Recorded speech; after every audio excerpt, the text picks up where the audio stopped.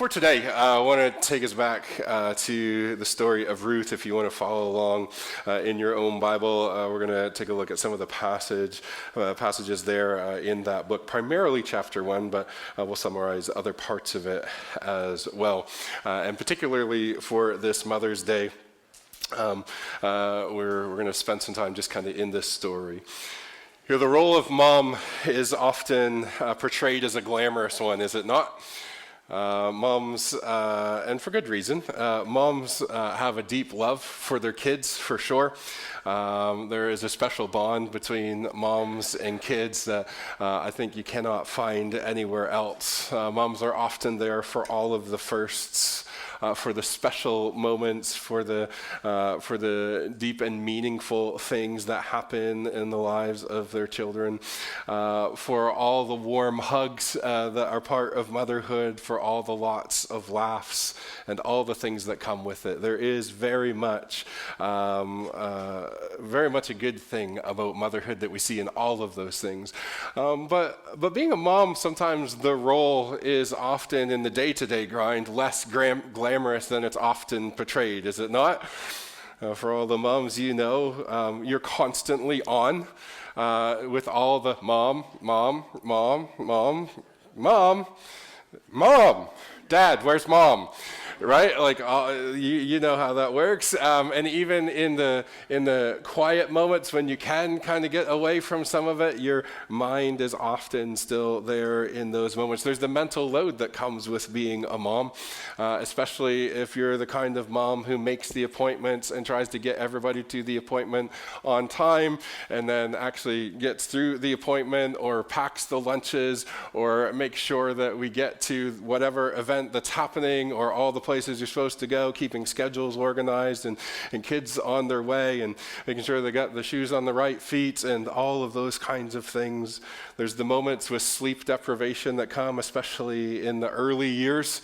And then there's the moments when you see your kids struggle with different things that maybe you can or cannot help with. And kids, well, when they get older and they make their own decisions, and you think, well, they're making their own decisions. It's a glamorous role, and yet sometimes feels less than glamorous, at least as much as it might be portrayed. And the relationship between moms and kids and moms and children evolves over time. But the thing is, no matter how old you get, your mom is still your mom, and your kids are still your kids. And today I want to take us back to a story that is over 3,000 years old. It happened during a turbulent time in Israel's history, and it's perhaps less than glamorous story, as you might say. It happened during the period of Judges, and it's a story about a mom that's a bittersweet one. And here's why it is that way. In Ruth chapter 1, we read these words. In the very first verse, it says, "In the days when the judges ruled, there was a famine in the land, and a man of Bethlehem in Judah went to sojourn in the country of Moab, he and his wife and his 2 sons." And so immediately, we are introduced to the time period of Judges. This is a time when the nation of Israel had come into the land that God had promised them, but there was no king in Israel. There was no single unifying government, as it were. It was a coalition of tribes that all sought to function and get along. Every once in a while, things would go sideways, and there would be a leader that God would raise up to provide leadership in particular situations, often during times of war. But it was a time that was also described, by the time you get to the end of the book of Judges, it's actually described as a time when everyone did what was right in their own eyes. Sometimes it was chaotic, sometimes it was turbulent. But it's during those days there was a famine in the land. Now, famines were fairly common in the ancient world, but often for one of 2 reasons. There could be more, but the first was the more obvious one, perhaps drought, when the crops that were planted did not grow, or perhaps give the yield that was expected of them, and so there were food shortages. But sometimes, too, connected to that, an enemy might come and make siege on a city or raid a small town and take their food. And so in those days, we're not told why, but there was a famine in the land. And there was a man from Bethlehem. Now, there's a little bit of irony here because the name Bethlehem actually means house of bread. And so in Bethlehem, there was a famine. And that's not only kind of an ironic statement in that regard, but there's also a theological thread that runs through this that's connected to Bethlehem, which we'll hopefully see by the time we get to the end. But it's in Bethlehem in Judah, which is kind of the broader province or territory. Just jump back there, Cody, just for a second. And so there's a famine in the land, and a man of Bethlehem in Judah went to sojourn, that is, to stay temporarily. This wasn't, we packed up the house and moved away. This was a short period of time was the idea of where they would go, and they would be temporary foreign workers in another place. And so they packed up the house, they put some things into storage, shut off the water, all the things you might do if you were going away for a little bit. They had planned to return, and so it was just going to be for a time. They were going to go, certainly not for many years or a decade. They went to sojourn in the country of Moab, he and his wife and his 2 sons. So a man with his wife and 2 sons decide, because of the famine, we're going to go to the closest neighbor. Now we can throw the map up, and you can kind of see where Moab is. And so Bethlehem is kind of in the lower left corner of the screen here. If you go across the Dead Sea, you'll find the region of Moab, and this is the place where they went. Now, this is, again, one of the closer neighbors. Israel often found itself in conflicts with Moab sporadically. This is during a time of peace between the 2 places. And so they head east of the Jordan, east of the Dead Sea, and this is where they're going to spend some time temporarily, hopefully until the famine is at least relieved. That's what, at least probably, they feel is the best thing for their family to do. And so husband, wife, 2 sons, they head to Moab. Now, if you know the story, here's what happens. In verse 2, we read that the name of the man, his name was Elimelech, and the name of his wife, Naomi, and the names of his 2 sons were Mahlon and Chilion, and they were Ephrathites from Bethlehem in Judah, and they went to the country of Moab and remained there. Now, the thing about Naomi, who is Elimelech's wife, who is a central part of this whole story, Naomi's name means pleasant. Now, how sweet is that? I don't know if that was a kind of thing like when they got married, it's like, who are you marrying? The sweetest woman, right? I mean, your name even means sweet. Unlike some other names like Leah, for example, in the Old Testament, her name means weary or delicate. Some etymologies actually say the name Leah means wild cow. Apologies to any Leahs out there. Just sure that's not the thing, but Naomi's name was pleasant. That's what it means, is sweet. And so here's Naomi, the sweet woman, with her husband, her 2 sons. They're going to go to Moab for a short period of time, but then when they get there, something tragic happens. In verse 3, we read that Elimelech, the husband of Naomi, died. And she was left with her 2 sons. And these took Moabite wives. The name of one was Orpah, and the other was Ruth. And they lived there for about 10 years. Now, we're not sure what happened to Elimelech. We're not sure how he died. We don't know what the circumstances were around his death. But can you imagine for Naomi being in a place that wasn't your home, and she's there with her family, and then her husband passes away, and now she has her 2 sons with her. Now, they each took Moabite wives, which, according to Israelite law, was not explicitly forbidden. It was discouraged, however, just because of, when you marry someone, you're joining your lives together, and if you have someone who doesn't worship or have the same faith as you, when you come together, then that kind of makes it hard for you to pull in the same direction, right? And so it wasn't prohibited or forbidden, but it was generally discouraged just because of the fact of, are we on the same page in terms of our faith, and are we going to be able to pull in that same direction? And so they took Moabite wives, but then they ended up staying there not just a little time. It was actually quite a long time, 10 years. This was no longer a sojourn. And over those 10 years, with now Naomi and her 2 sons and her 2 daughters-in-law, you would think that perhaps there would be some grandchildren along the way, but there weren't. There was just still the 5 of them. And when you thought things couldn't get any worse, what happens in verse 5? We read this, and then both Mahlon and Chilion died. so that the woman was left without her 2 sons and her husband. This had to be unimaginable heartache for Naomi. And not only that, it was potentially dangerous for Naomi. Widows were often during these days victims of exploitation or of oppression. Naomi at this point in her life, as we read a little bit later, was too old to remarry. She had no family beside her to support her. She was far from home. This had to be very scary for her as a woman.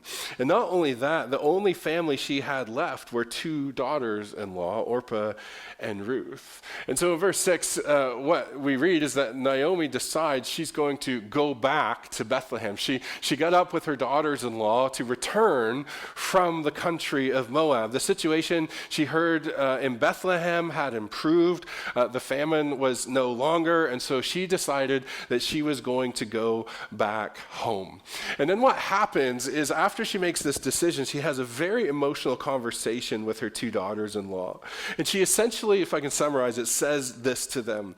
Look, both of you, Orpah, Ruth, both of you have been so kind to me. You've been nothing but good to me. But there is no life for you back in Bethlehem. And here's my read of the situation. God's hand has surely been against me. This is something I'm feeling like God has really kind of brought me to this place, and that's just how I'm feeling about the whole situation. And so, Orpah, Ruth, here's what I think you guys should do. I'm going to go back to Bethlehem, or at least there's some community, and the house is there. I want the 2 of you to go back to your families.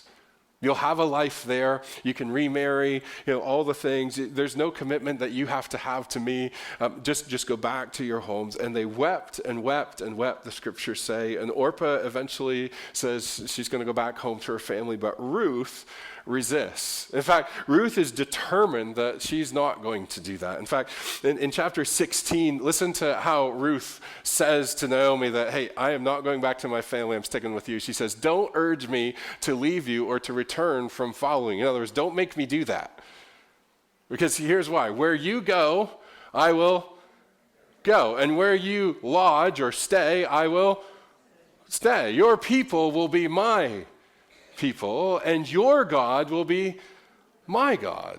And where you die, I will die, and there I will be buried. And may the Lord do so to me and more also, if anything but death parts me from you. I mean, this is a young woman, a daughter-in-law, Ruth, who's determined, and I think at this point, in a careful reading of the text, has been influenced by Naomi's faith along the way. And Naomi hears these words from Ruth and sees her determination. And even though she presently sees God as being against her because of the circumstances of her life, she allows Ruth to go with her. And in verse 19, it says this, so the 2 of them went on until they came to Bethlehem, and when they came to Bethlehem, the whole town was stirred because of them. And the women said, is this Naomi? Now you can imagine why this was the case, right? It hadn't just been a few months that she was gone like everybody thought it was going to be when she left. It's now over 10 years later that she's coming back. I don't know what the talk of the town was in that day. I don't know what people were thinking, like, is Naomi ever going to return? Whatever happened to Naomi?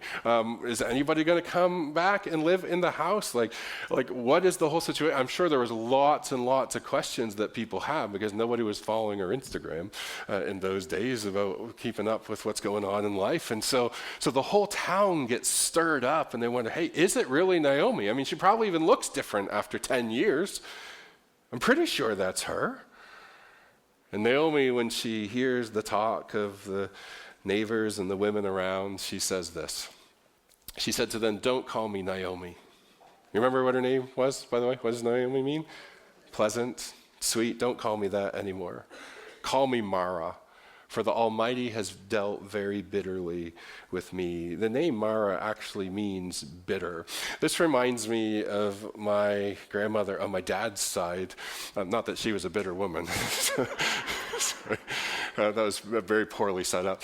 Every once in a while, I would be I would be at her place for breakfast sometimes if I had to stay overnight and go to school because mom and dad, there was something going on or whatever. And I remember that my grandmother would sit at the table. We called her Nanny. She would sit at the table, and for breakfast, I'm pretty sure every morning for breakfast, she and Pappy, I think they both had a half a grapefruit with their breakfast. Anybody track with that? Somebody who that was the case? And I remember as a little kid thinking, man, grapefruit, they have half a grapefruit for breakfast, and they'd have it on a plate. It'd be cut in half, it'd be set on a plate, and they'd kind of eat it, scoop it out with a spoon is how it would be eaten. And I remember thinking as a kid, man, that looks an awful lot like an orange. You know how nice an orange tastes. It's like, man. And I remember the day that I wanted to try a grapefruit. It was awful. It was so sour. It's so bitter, the taste of it, and you can't get it out of your mouth, right? That's just how grapefruit works for one reason or another. And so here's, this just reminds me of that. And Naomi's saying, look, don't call me pleasant. Don't call me sweet. I'm no sugar rush here. Okay, this is grapefruit level bitterness. And given her circumstances, she feels like there's nothing more fitting that could be said of her. She feels that God has brought unjust calamity upon her. It's almost like he's become an enemy to her. And she says to the women, I went away full, and the Lord has brought me back empty. Why call me Naomi when the Lord has testified against me and the Almighty has brought calamity upon me? Naomi has been through it. This isn't just a hard day for Naomi. It's not the life that she wanted or expected. And who could blame her, really, for feeling that way? We might say with the pain of famine, with the relocation, with the death of her spouse and her sons, with all the uncertainty, with all the questions of legacy of her family and their family name, there's a bitterness that has set in for her. And it's marked by resentment and cynicism. But this isn't just a Naomi thing. It's not just a mom thing, it's a people thing. This can happen to anybody, couldn't it? When life gets hard, when things don't turn out the way we want, when marriages are strained, when kids are making their own decisions, when your career doesn't take the right path or the business isn't, producing like you thought it would, when your health isn't better. In fact, you maybe got some bad news. There's things that often people will do when life doesn't turn out. Sometimes we simply blame God. We might blame God because of the circumstance that, God, how could you let this happen? Or even more directly, God, why would you do this?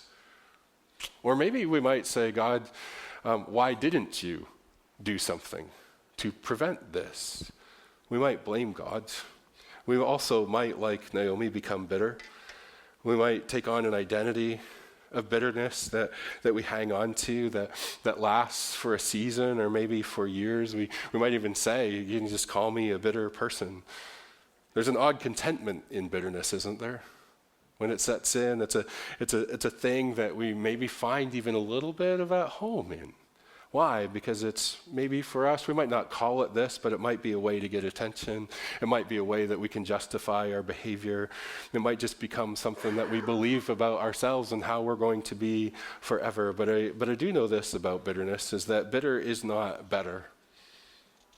Bitter's not better. Bitterness prolongs the pain. Bitterness causes anxiety. Bitterness creates blind spots in our lives where we can't see really what's true about ourselves, or maybe we can't even see the situation accurately, or maybe we don't even begin to recognize the effect that we have on other people.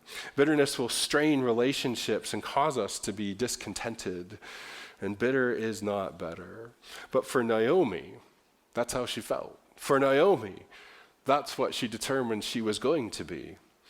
But it was the determination of someone else. It was the determination of Ruth. In fact, it was her daughter-in-law who chose her as family. It was Ruth who was determined to stick with her. It was Ruth that had a part in changing Naomi's story. By the time we get to the end of chapter 1, we read in verse 22 these words. It says, Naomi returned, and Ruth the Moabite, her daughter-in-law, came with her, who returned from the country of Moab, and they came to Bethlehem at the beginning of barley harvest. Now this kind of becomes a signal that something is about to turn in the story. If you're when you follow linguistic rules, this is kind of a tip-off that, hey, something's going to happen that we need to pay attention to. And here's what happens. I'll summarize the next 3 chapters for us.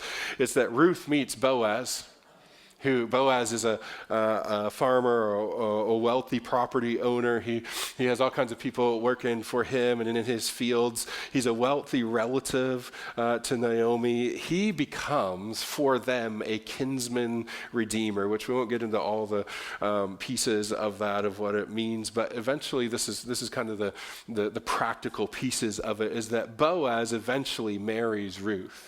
He buys back the property, and then Boaz and Ruth have a son who becomes an heir to the family, who will continue the family line. And the family name would carry on, the property would still be held, and the story for Naomi actually ends up beginning to turn around. And we pick up on this by, again, from an outside perspective, from what some of the women around begin to tell Naomi. We read in chapter 4, verse 14, it says, Then the women said to Naomi, Hey, Naomi, I don't know if you can see this, but you need to see this, Naomi. Blessed be the Lord.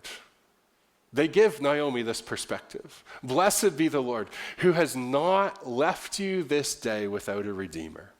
And may his name be renowned in all of Israel. He shall be to you a restorer of life and a nourisher of your old age, for your daughter-in-law, who, by the way, loves you, who is more to you than 7 sons, has given birth to him this child. Praise God, Naomi, because his hand has actually not been against you. God's hand has not been against you. In fact, God is going to be, and what God is doing through all of the circumstances now, is that he is going to restore your life. And your daughter-in-law, Ruth's love and loyalty. Wherever you go, I will go. Where you stay, I will stay. Your people will be my people. Your God will be my God. And nothing but death is going to part us. It's Ruth's love and loyalty. And through all of the things that happened after they returned, that God was orchestrating to bless Naomi and restore her life and give her nourishment in her old age. In verse 16, then we find this at the end. Then Naomi took the child and laid him on her lap and became his nurse. And the women of the neighborhood gave him a name, saying, A son has been born to Naomi. Now, not technically, but no, this son would continue her family line. And they named him Obed, and he was the father of Jesse, the father of David. And if you follow the story, it's that David who was King David, who God made a covenant with and said, David, your dynasty will be an eternal dynasty, and out of your line will come one who will redeem my people, Jesus, our Redeemer. So why do I bring this story up today? Why do we talk about the hard things for Naomi? Why do we walk through a decade of going from pleasant to bitter to a restored life at the end of age? Why do we do that? Well, let me just encourage you with this. And whatever you're walking in with today, whatever season of life that you find yourself in, whatever the circumstances that you are finding that might be difficult or hard for one reason or another, maybe your story is nothing like Naomi's, but there are the things. There's the things that you experience. Wherever you're at, I want to encourage you in this, to trust that God is working in your story. Even when you're not sure how, and even before you ever see it, God is at work in your story. And on this Mother's Day, I'm reminded of this story and how it shows motherhood and even womanhood not through perfection or sentimentality, but through loss and loyalty and sacrifice and faith and a quiet endurance. And it's in those places that some of the holiest work is done. And to all the moms, we want to say thank you for showing up when it's hard, and when it's hard for you, and for the sacrifices that you make, and for the distances you go, and for the things that you've learned, and for the multitude of ways that you remain faithful to God and to those that you love. Let me pray for you today.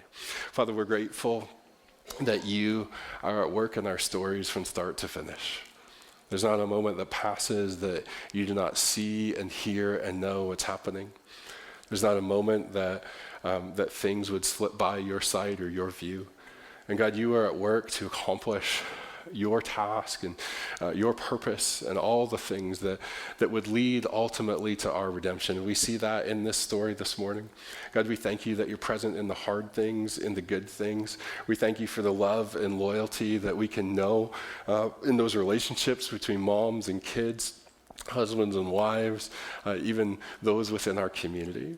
And God, I pray that for each of us today, whatever we're walking into this week, whatever we're carrying with us in these moments, whether they're the hard things, whether they're the doubts that we have, whether we're unsure of the future and what's going to happen, God, help us to trust you in the middle of all of it, knowing that you are at work for your glory and for our good.